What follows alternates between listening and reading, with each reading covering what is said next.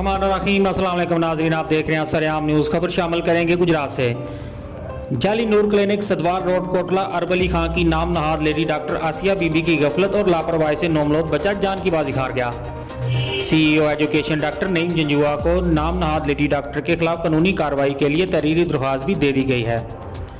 कोटला अरब अली खां के रिहायशी आफ्ताब भट्ट के मुताबिक इसकी बहन की शादी कोटला ही के रिहायशी कामरान भट्ट के साथ हुई थी।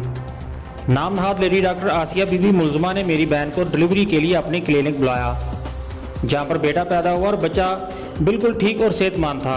अचानक आसिया बीबी ने हमें कहा कि बच्चे को सांस लेने में दुश्वारी हो रही है, जिस पर हमने पूछा कि अगर आपके पास इंक्यूबेटर मशीन है तो ठीक, वरना हम बच्चे को किसी चिल्ड्रन स्पेशलिस्ट के पास ले जाते हैं।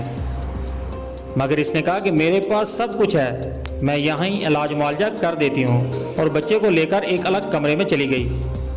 कुछ देर बाद हम बच्चे को देखने के लिए इसके कमरे में गए तो वहाँ ना तो कोई इंक्यूबेटर या कोई मशीन थी, और बच्चा एक चारपाई पर मुर्दा हालत में पड़ा हुआ था। इस सिलसिले में जब आसिया बीबी से इस्तफसार किया गया तो इसने कहा कि जाओ यहाँ से दफा हो जाओ और जो करना है कर लो, मेरा कोई कुछ नहीं बिगाड़ सकता। हम मुर्दा बच्चे को लेकर घर आ गए। आफ्ताब भट्ट ने मीडिया की वसात से DC Gujarat, CEO health Gujarat से मुतालबा किया है कि नाम नहाद लेडी डॉक्टर आसिया बीबी के खिलाफ कानूनी कार्रवाई अमल में लाई जाए और हमें इंसाफ फराहम किया जाए।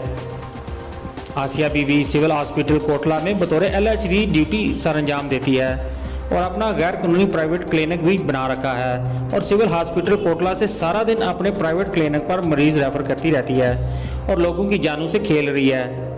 महकमा सेहत और दीगर हकाम बाला से नोटिस लेने की अपील।